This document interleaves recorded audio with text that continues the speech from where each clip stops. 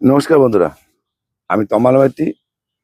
Green paradise nursery, এটা হচ্ছে বারাসাত বামনগাছি, উত্তর চব্বিশ পরগনা।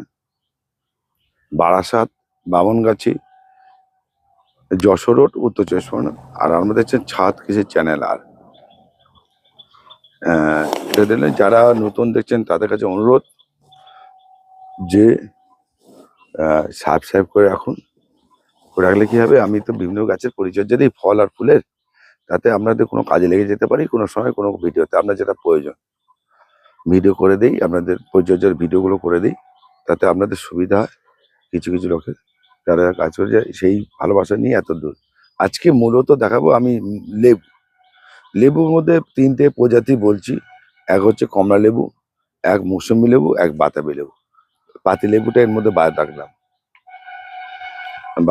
কেন এ বলছি এই সময়টা প্রচুর, এই সময় বৃষ্টি হবে। আগস্ট মাস জুড়ে, আগস্ট সেপ্টেম্বর অবধি বৃষ্টি হবে, এরপরেও বৃষ্টি হবে। এখন আপনাদের প্রত্যেকের মৌসুমী লেবু, কমলা লেবু এবং বাতাবি লেবু গাছে ফল আছে। এই ফল থাকা অবস্থার সমস্যা দেখা দেয়। সেই সমস্যাগুলো, পাতার সমস্যা কিছু দেখাচ্ছি। সেই সমস্যাগুলো সমাধান করতে গেলে কি কি করতে হবে দেখুন। এই একটা গাছ ফল আছে,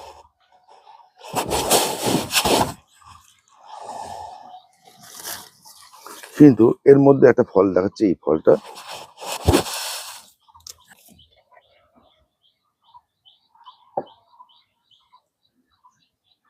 এই আস্তে আস্তে বাড়বে।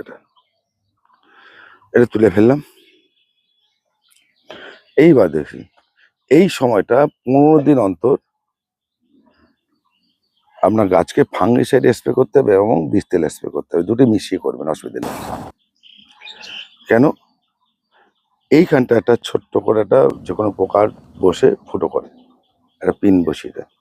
বৃষ্টি হচ্ছে, বৃষ্টির জলটা এখানে চুঁই চুঁই আসছে, চুঁই সে আস্তে আস্তে এই ব্যাকটেরিয়া তৈরি করবে। এটা আস্তে আস্তে এটা পোকাটাকে নষ্ট করবে, ফাঙ্গাস অ্যাটাক হবে।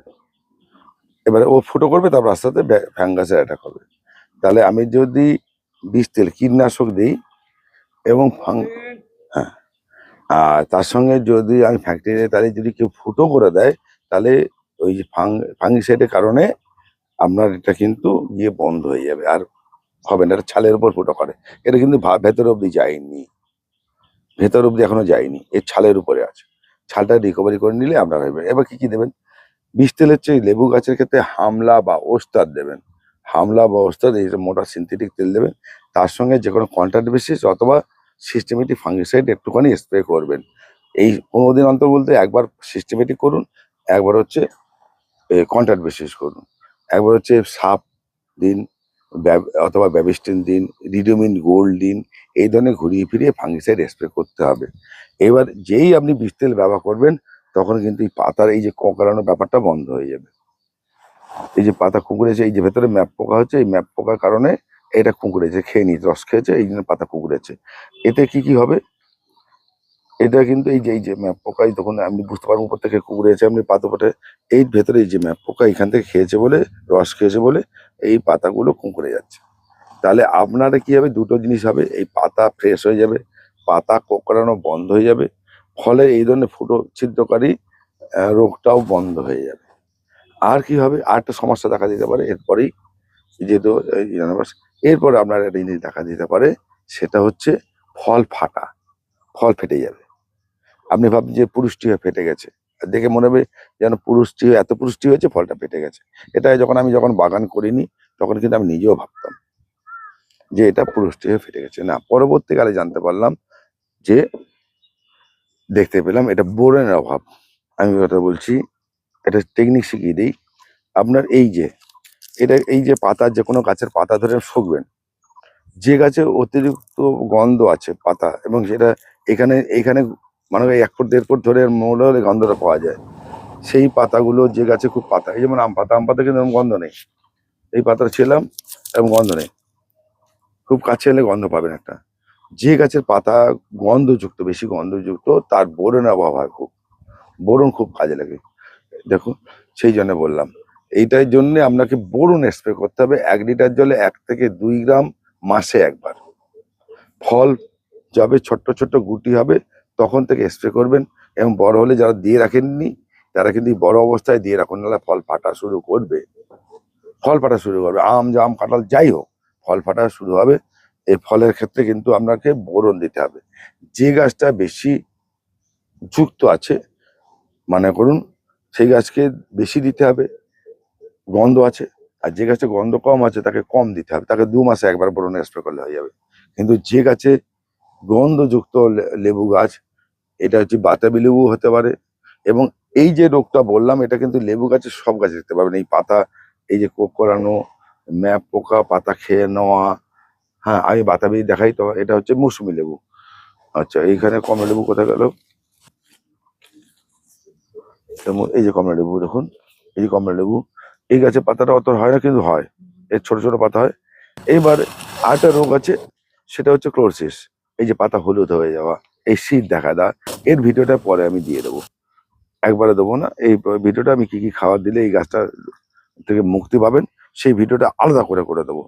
আপনাদের লক্ষ্য রাখুন, চ্যানেলের সঙ্গে থাকুন। ভালো লাগলে লাইক শেয়ার করবেন, ভালো লাগলে নিশ্চয়ই করবেন, না করবেন না। আমি আপনাদের কাছে একটাই তো পাই, সেটা ভালোবাসা।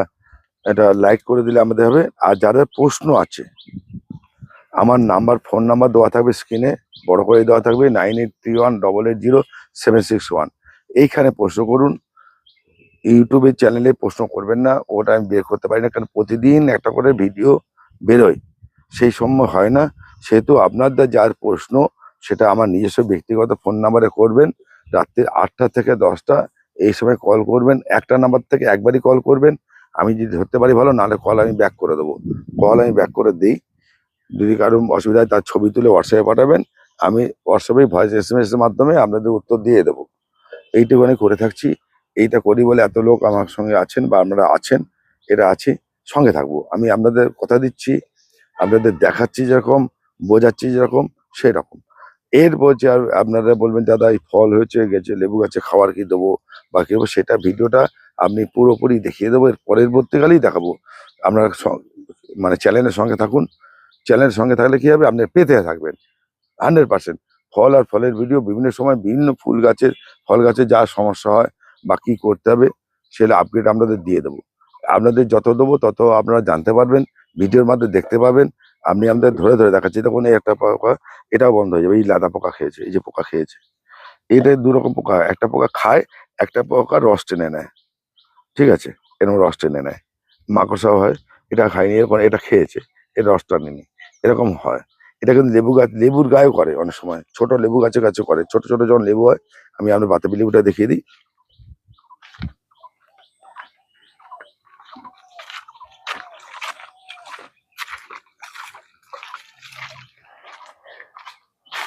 এরকম, এটা বাতাবি লেবু, এর গায়ে কিন্তু এই একই জিনিস হচ্ছে। এই যে, তাহলে এইগুলো কিন্তু মুক্তি হয়ে যাবে আপনার এই যে দুটো জিনিস করলে। আপনারা বৃষ্টিটা দেবেন 15 দিন অন্তর, 15 দিন ফাঙ্গিসাইডটা দেবেন, একসঙ্গে মিশিয়ে দিন।